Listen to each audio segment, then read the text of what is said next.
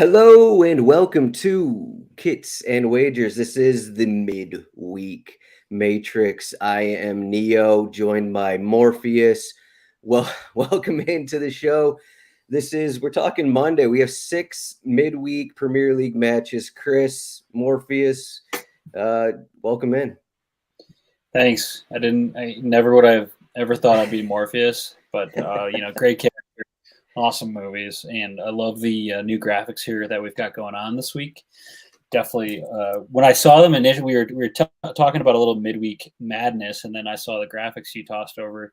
I was like, that looks like some Matrix type stuff. So if you're watching on YouTube, you can check it out, but a little bit different than what we normally go with, and I think it looks pretty sharp. Yeah, I came up with Neo first, and then I said Morpheus. But yeah, probably I don't know, just because of my head. Maybe I'm Morpheus. Maybe you're Neo. You have the hair, so probably maybe that one makes more sense, just in terms of I how we look.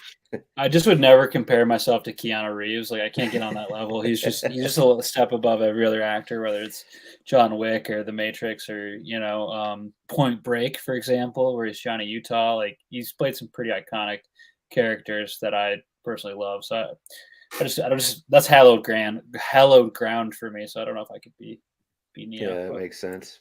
Yeah, for my kit, I am in the Matrix, so that actually involves an American football jersey. I got a obviously it's much larger than like your usual soccer football kit here, but I got a antique Barry Sanders jersey. So ooh. we're just going NFL into the Matrix here, but no, we are still talking Premier League. What do you got, Chris? I love the Barry Sanders. I mean, I grew up a Packers fan, but no matter where you grew up, you got to respect Barry Sanders regardless. I think they had like those scholastic book fairs, that would go around, you'd Yeah, like yeah. save up, and I bought a Barry Sanders poster. I guess like a third or fourth grade or something like that, and it was like Man or Machine. There's Barry Sanders just like hitting the hole. It was awesome. So I got much respect for him. But yeah, the U.S. Open Cup is this week. Probably not on anybody's radar who watches the Premier League, but for me, it's on my radar because I saw the draw came out in my hometown, Madison, Wisconsin. Forward Madison will be hosting MLS side Minnesota United. So we got like a little interstate rivalry. I don't think they have a good name for it. There's not like El Trafico or it might be like um, the lake rivalry or something like that. Land of 10,000 lakes versus more lakes. Nothing really good coming out of that. But anyway, so I'm rocking this Forward Madison kit. It's a classic, great in the summertime. Kind of looks a little floral, I guess. It's pink white if you're not watching on YouTube, but yeah, a real crowd pleaser. Got a collar, a couple buttons. Love this one in the summertime. Not quite warm enough anywhere where I'm at to wear it consistently, but as the temperatures rise, I do suspect that I'll see this one at a beach at some point this summer. I've definitely made the Madison to Minneapolis drive, but yeah, I can't think of a good anything that really pops out in that drive. Like the beer cup or something like that. A lot of beer coming out of both Yeah, areas. yeah, something like that. Yeah, Yep. I guess you're taking 90, 94. Yeah, nothing much Yep. going on. But okay, so let's get into the stuff here. Let's get into what we're here to talk about for kits and wagers. First match, Chris is usually wearing, his Liverpool kits. No Liverpool kits today, but we got Liverpool. They're home against Manchester United. Minus 184 to win. They were minus 230 last week when we did our show on Thursday. So getting some money. The draw is plus 450, and then you can get Manchester United plus 750. Over 3.5 goals, plus 125. Under 2.5 goals, plus 155. Chris, does Manchester United have a chance to get a point in this match, or what do you think they do to stop Liverpool? I guess. Yeah, I mean, of course they have a chance to get a point in this match. They're gonna be playing in the game. Um, I would say this is as hotly contested of a rivalry as we've seen in the Premier League in the last 50, maybe City United's a little bit more hotly contested, but yeah, it's interesting that Liverpool's kind of dominated the last two matches at least, but even last year, back last January, um, United won 3-2 in the FA Cup, so it's not like there isn't a puncher's chance for them. They are coming off a pretty, Ronaldo scored a hat trick over the weekend against Norwich City, and so that's a crucial point in their fight for European, for the Champions League or for Europa League, as it's pretty tight right now.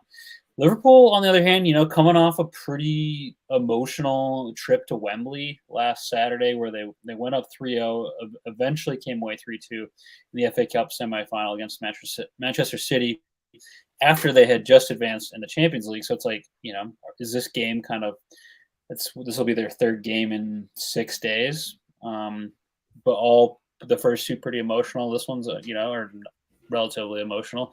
This one, another big game against one of their rivals. So I don't know. This feels like letdown territory. I think they've got the quality to do it, to win this game. But and one of the other benefits is that they'll be playing at home.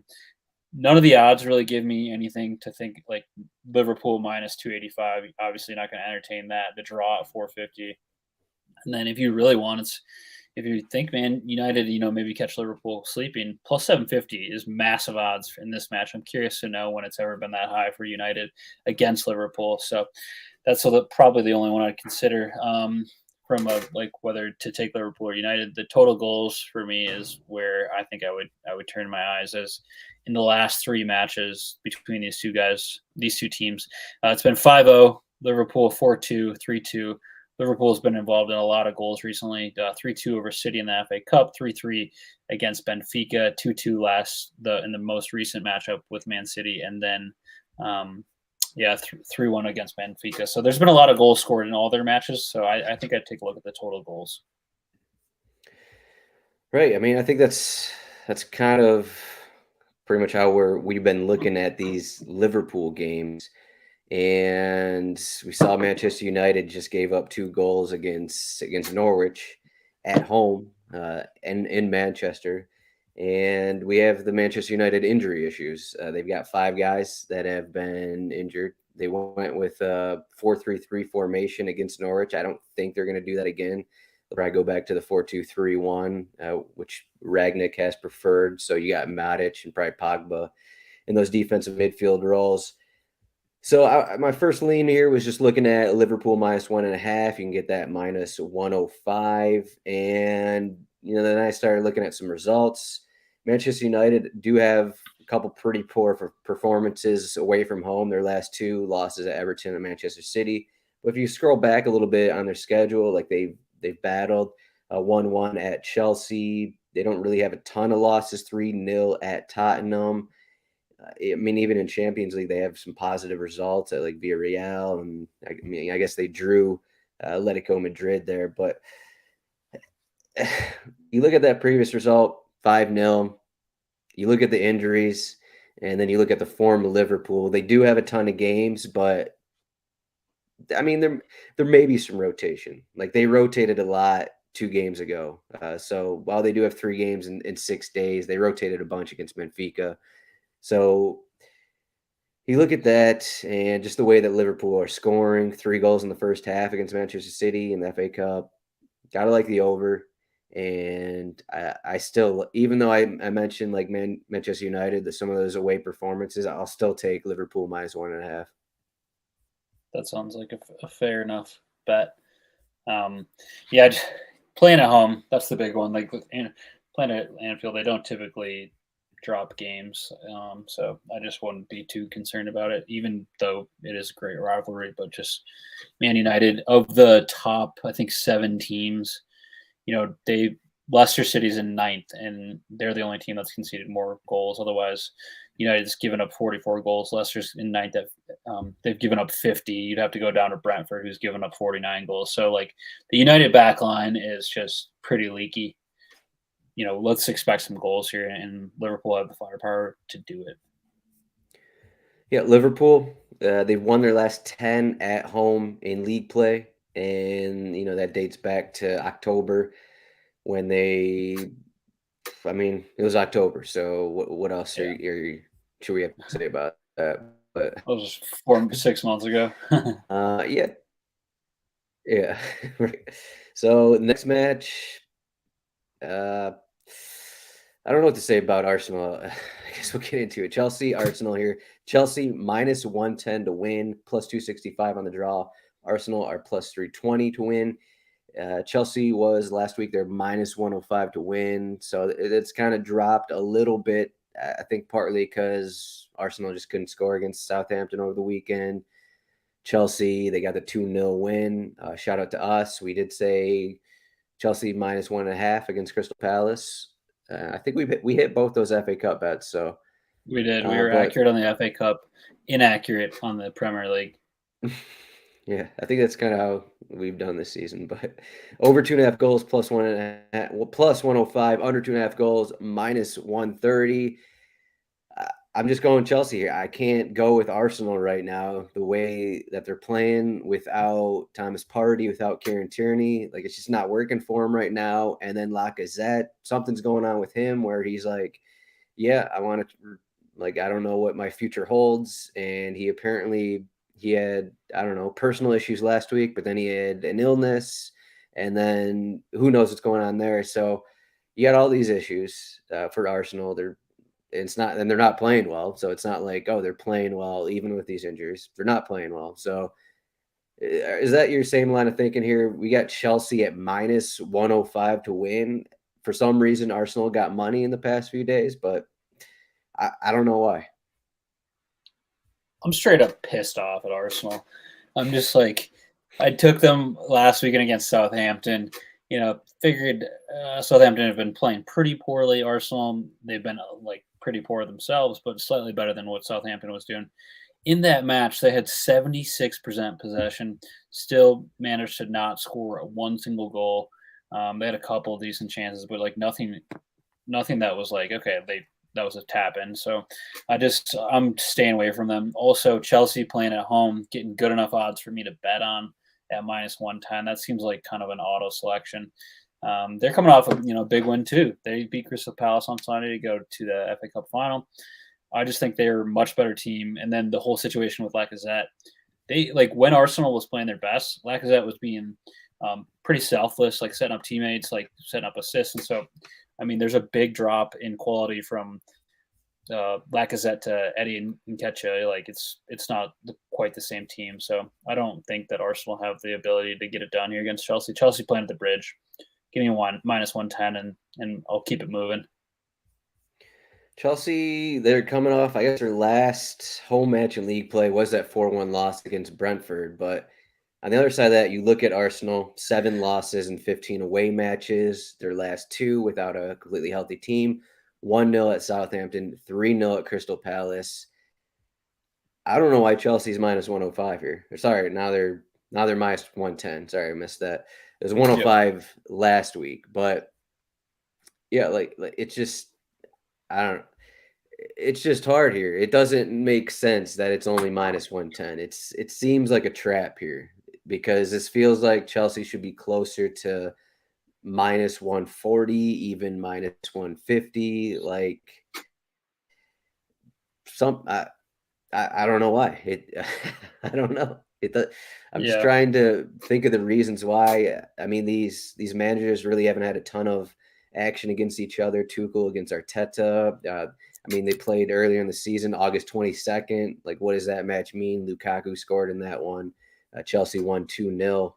So, like, we can't put anything into that. So, I don't know. I just Is keep there saying that, but like Mason Mount, Timo Werner, Kai Havertz, all those guys are playing well right now. They're probably playing maybe their best of the season. And like you put that in with Reece James is healthy again. Pretty much everyone's almost healthy except for Kovacic. Like why are Chelsea only minus 110?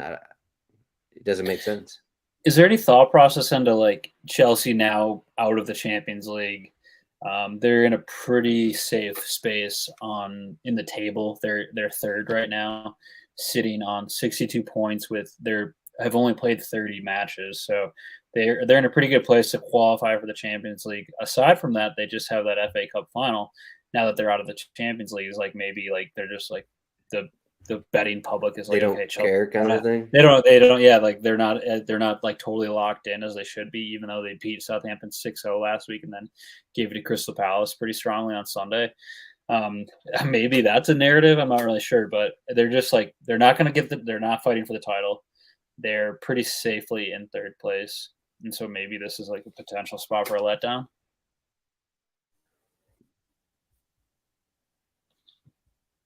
Yeah, I think it's also, now that I'm looking at some more home numbers for Chelsea here, they have 7 home wins here, and 7 home wins from 14 matches. They have as many home wins as Everton do. They have as many home wins as Wolves do. Out of the top 7 teams, they have the fewest amount of home wins by 2. So maybe that's going into these odds a little bit. For some reason, they just haven't had a ton of success at Stamford Bridge this season at home. Maybe, but I mean, still, you got to look at Arsenal's form. So that has to be taken into account. Yeah, Arsenal not playing well. Chelsea at home. I still, despite the odd part of this all, I still think Chelsea come away with it at -110. So next match, it is at least one team is battling relegation here. We got Burnley home against Southampton. Burnley plus 185. You can draw at plus 240, and Southampton are plus 155 to win. This last week, Burnley was plus 190. Now they're plus 185. So not a ton of movement there. Over 2.5 goals, minus 105. Under 2.5 goals, minus 120. So last week, going into that Burnley match, they canned Sean Dyche, and I kind of didn't want any part of it. Instead, they managed a point at West Ham. They I mean, probably could have gotten more than a point. They'll be without Westwood that got that pretty bad injury early in that match. So that's probably the main thing. As for Southampton, they got that win against Arsenal. They moved to a 3-4-3, but they're probably not going to do a 3-4-3 against Burnley. So we have basically, there's questions going into this match. Burnley without Dyche, if they switch up their lineup at all on a short week. And Ben Mee was an assistant coach, and then we got the question about if Southampton are going to go 3-4-3 again, or if they're going to go back to their patented 4-2-2 or 4-4-2. Sorry. Yeah, that was pretty surprising to me. I didn't expect them to let him go like with this close to the end of the season. Definitely a little weary here. I don't expect, like, I think Burnley, that's like the writing on the wall. You drop your manager with however many games they have left to play. Like, what is it, 8 or 6 games? Burnley's got. They have 7 games left. That just feels like a kind of like a feeble attempt to stay out of the relegation zone, especially a longtime manager like Sean Dyche. So I think I'd go Southampton here, despite them not playing great. I mean, they did just beat Arsenal, but prior to that, they had struggled. Aside from if I wanted to take either team, I think that the ticket here would be the under 2.5 at -115. Pretty good odds. Burnley seem to find themselves in like 1-0, 1-1, 2-0 matches pretty consistently. So I think that I'd rather just like take a pretty safe bet and go under 2.5 goals, especially like Southampton won 1-0 last week. They didn't score a goal the game before, so I think I'd still rather go for less goals in this than to think that there'd be more. I have no idea what I want to do with this match. It's like we just don't know about Burnley here. I had doubts about their mindset, but they're still playing for their lives. They're still playing for their Premier League lives. So you got to take that into account. In Southampton, I mean, they just got to win, but like what? They swapped their formations, and I mean, we're sat back the entire Arsenal match. You look at their away record here: 3 wins, 5 draws, 7 losses away from home. Burnley hasn't been the worst team from home, maybe over the last month or so. Like, they have that win against Tottenham, win against Everton, and I mean, you have a bunch of losses in there, but games against Leicester, Chelsea, and Man City, that's not the same level as Southampton. So, I mean, maybe I don't know what I'm personally gonna do. I'd say say take a flyer, Burnley plus 180. Hopefully the home crowd is enough to get something from it. I mean, it makes sense to take the under here, minus 115, but I'm not convinced this is going to be a low scoring game. It just because of Southampton, they tend to allow cheap goals, and I mean we saw that Burnley Everton match. That was a 5-goal game. I mean, I wouldn't be surprised if something like that happened, just because Burnley, if they go down 1 goal, like they're going to have to push, like they can't, and they're playing at the bottom. So I wouldn't be. I don't think over under is that safe, but I'll say I guess nothing in this match is safe. I guess that's what I'm leaving you guys with, which is not helpful at all. Well, if you want, my tip is the under 2.5. I'm just going to leave it at that. I'm willing to stake my claim there. Yeah, it's not. It's just a difficult game to talk about. Like it's a standalone Thursday game, so that's why we're talking about it. But the formation questions, the non-management questions, like so Burnley's team, they're managed by the old U23 managers, and then the Ben Mee, their center back, is like an assistant manager. So that's what you got He's there. like But he's like pulling like a Kenny Dalglish player manager, trying to bring them to glory. yeah, I You mean, can't have honestly, I relegation didn't zone. see their match, but What you yeah, didn't what? watch Burnley play, dude? Come on. Yeah, that was that Sunday game. So no, I did not. That was Easter You didn't Sunday watch Burnley there. West Ham on an Easter Sunday? Come on. Yeah. All right. Well, West Ham 2.81 expected goals, Burnley 1.96. Pretty good. So pretty good, not bad. Yeah. But I don't know if we need a new name for our best bet segment here. We got fade my best bets, and then Yeah. Hey, I've been doing do we have to okay. fade yours too? No, I was I was on a 2-week heater or 2 Okay. podcast heater, quote unquote. If you get the Michael Myers, Doctor Evil quotations with Mini Me. But yeah, prior to that, I had gotten 2 straight, and then I went against my heart, my head, everything, and took Arsenal against Southampton, and that didn't work out. But I think this week I feel pretty good about what I got going on. If we're ready for bet time, maybe we call it like suggested bets or something like that. Suggested bets. Kits and wagers, All right? thoughtful bets. You want to start? You can. You already got your. Yeah, I'm gonna go. I'm taking one here that There you go. I've been like earlier in the season. We're talking about Mo Salah bet or goals like every week just because he kept scoring. This one feels accurate because we've talked about it about you and I, at least on a personal level, have talked about it 5 to 6 games in a row, and that's Liverpool over the Liverpool Man United game over 3.5 goals at plus 125. As I mentioned in the first kind of breakdown of this match, Liverpool has been involved in like 4 or 5 straight matches where there's been a bunch of goals. And then when you look at their previous matchups, it was 5-0 earlier this season, 4-2, and then 3-2 in the match prior to that. So I just like the fact that Liverpool scoring goals, Man United also involved in some games here that have had quite a few goals, namely the match on Sunday, or was it Sunday when they beat Norwich 3-2. So all that said, over 3.5 plus 125, you get really good odds, and 2 teams who have enough firepower to find the back of the net. And obviously mentioned that Man United's got one of the top half teams. They have like one of the worst back lines in terms of goals conceded. I cannot argue this. I'm just seeing here. My internet is just going. Appears to be unstable, which I don't know. Xfinity has to work on their stuff, but over 3.5 goals. I think the only way this doesn't happen is if like Ragnick is, I don't know, he tells his team to be defensive, I guess. Like, I guess if Manchester United, they play for, I don't know, score this draw, I guess. Because like if Manchester United play like they just did against Norwich, they gave up a ton of opportunities.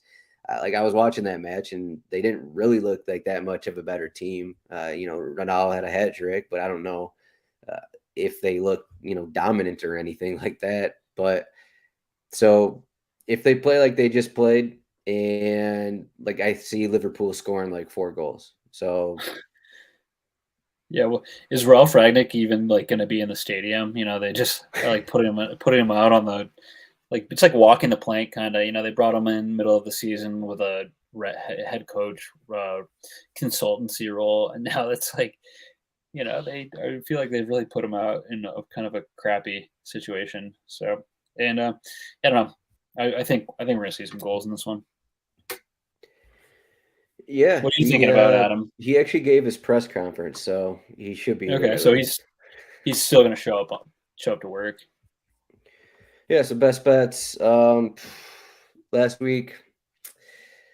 So last week my article went 4-1. I want to say 4-1, and I always pick a bet from my article. And last week I picked a loser. That bet was under 2.5 goals in the Newcastle Leicester match. So the first goal, Lookman, he scored in the 19th minute, and it was a decent goal. Dubravka probably should have saved it. It went right under his arm. Probably should have been a save. 30th minute, Newcastle get a goal. Bruno Guimaraes. Uh, Schmeichel should have saved it. Schmeichel had the ball off of a corner, and there's like a fumble in the box, and basically Bruno hit it while Schmeichel was trying to contain it. Okay, 1-1 first half, whatever. We're still in play. So we get to stoppage time. 1-1, and I think it was Luke Thomas. He had the ball for Leicester. He booted it forward, and then Newcastle, maybe Matt Target or someone, got the ball, booted it up, and then it was just like an immediate breakaway. This is the final minute of the game, and we had a diving header situation. A cross was deflected, ended up going in the air. Bruno heads it in, 95th minute. Under 2.5 does not hit. So that just leaves me to say, you just got to fade my bet. That's what it comes down to. You just have to fade my best bet, no matter what Best I bet is say. fade your bet. No matter what I say, the opposite happens. So I'll pick a Chelsea -110 to win. Arsenal is going to get a draw in this game. It's pretty much guaranteed. So there you go. That's my bet. Chelsea -110. Perfect. No explanation. That was my secondary bet, was Chelsea -110. So let's just, if you want to fade that one, now's the time, since we both said it. Should we Cool, go? well, Should people bet Arsenal win or? no, I picked Arsenal to win last week. I'm out on them. Well, yeah, I'm saying just in terms of the fade in my bet, should they take Arsenal to win or like a double chance with them? There's a level of psychology going on right here that is past my pay grade. I don't know. I do not know what to do here. Watching the games, you got to go with Chelsea. Like, they're just a better team. They're playing at home. I still believe that. I'm still, we've watched enough games to know that they know that, and an away team like Arsenal, I'm backing my bet, backing your bet in theory. There we go. We're ending the show. We got this nice ad for KitchenAid right in the middle here. There we go. You can just get this ad right on rotowire.com. So click that, and we'll get a couple pennies from that click. But Chris, this has been Midweek Matrix. We will be back Thursday. I don't know. We haven't talked about it. We'll be back later in the week to discuss Game Week 34 coming down here. 5 more game weeks. Chris took over 3.5 goals between Liverpool and Manchester United. That is plus 125. I took Chelsea to win against Arsenal -110. Chris at CHR Owen on CHR Owen 8 on Twitter. I am at Zdroik. Thanks for joining me as usual. And I guess we'll end. Have you seen Matrix 4? Because this is now a Matrix sponsored podcast. No, okay. I haven't, but I'm gonna. Yeah, I think I saw the other 3 in theaters. So. Well, Yeah, I think you're too late, but it's a I love am. story, so get ready for that. Love story Matrix 4. Thanks, Adam. All right. Good luck with your bets. See you later.